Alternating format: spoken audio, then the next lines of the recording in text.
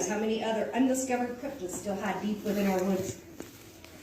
And ghosts? Oh, do we have the ghosts. From ghost towns to shadow people, apparitions and glowing orbs, disembodied voices, mystical music, haunted houses, haunted prisons, asylums, hospitals, haunted trails, haunted relics, and sometimes even haunted people. The list goes on and on and on, and even includes mummies. Yes, you heard me right.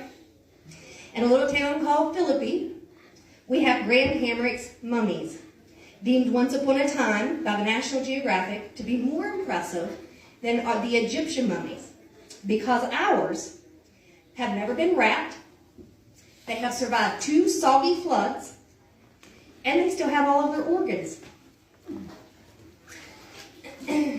But they even traveled abroad with Barnum Circus in the 1890s, way before the Baileys got involved with them.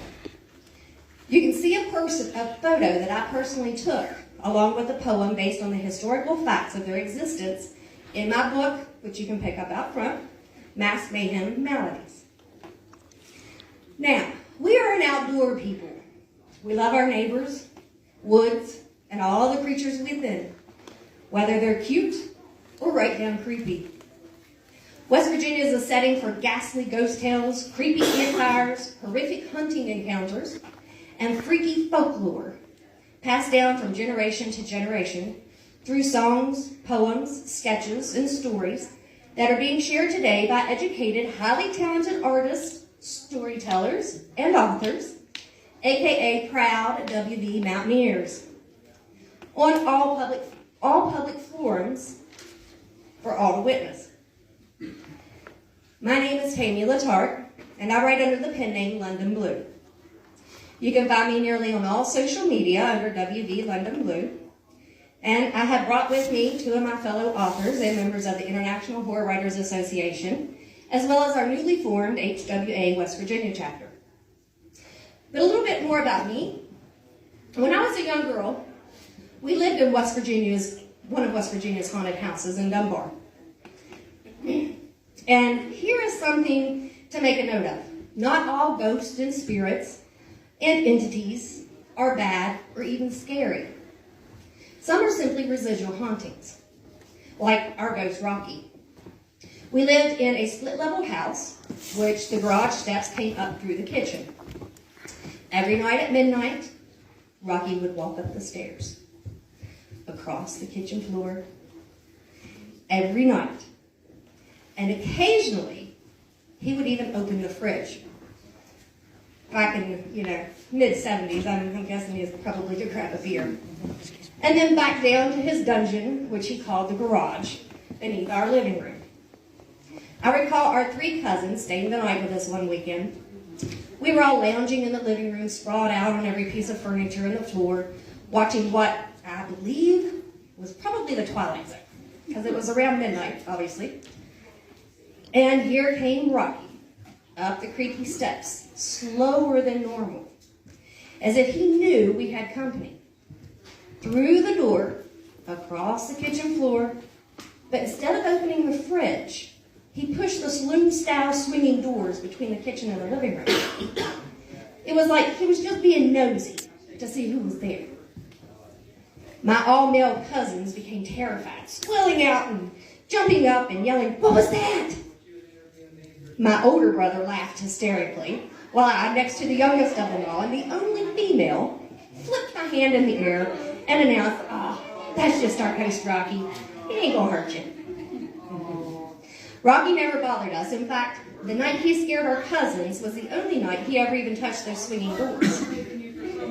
He never caused for fear or reason to fret, not us kids anyway. Now, my mom, she used to say that I sleptwalked.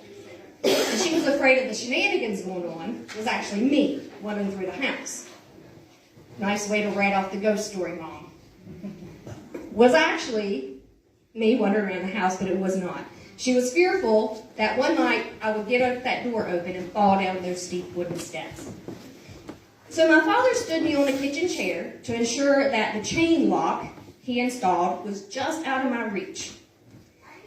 That night, Rocky returned, as usual, up the stairs. But this time, the door started rattling frantically. But then right back down. The next morning, the chain was off track, and the door was cracked open. Now, the memories of Rocky are what sparked my intense interest in the paranormal.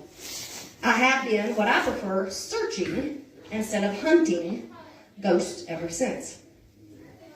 Coupled with Rocky and my passion for Halloween, and well as my teenage dream of becoming a horror movie special effects artist, has fueled my primary interest in the horror genre.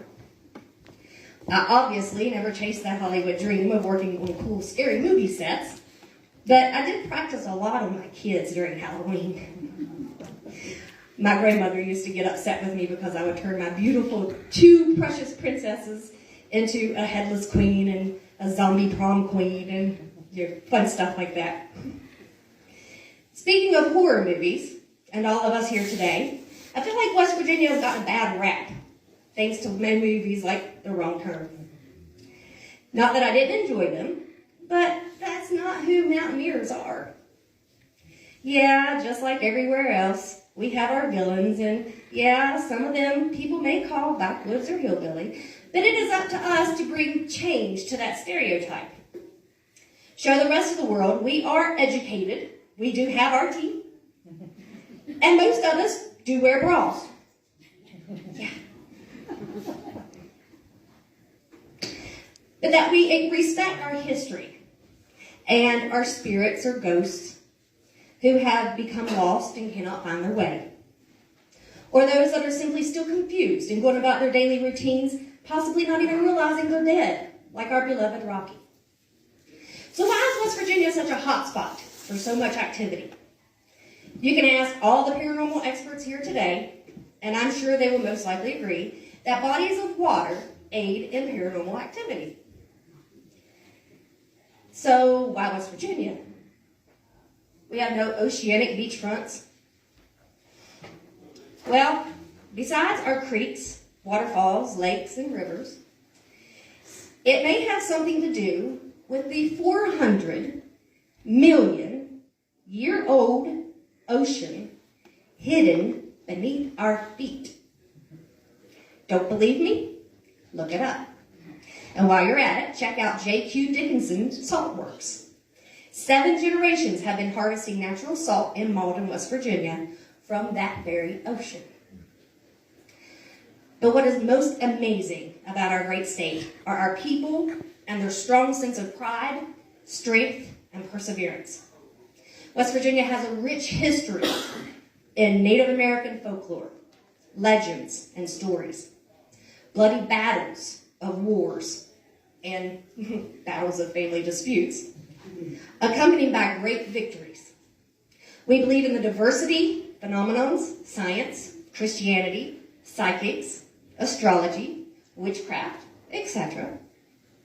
Yet we acknowledge the dark side of things and approach it with caution, armed with research and knowledge.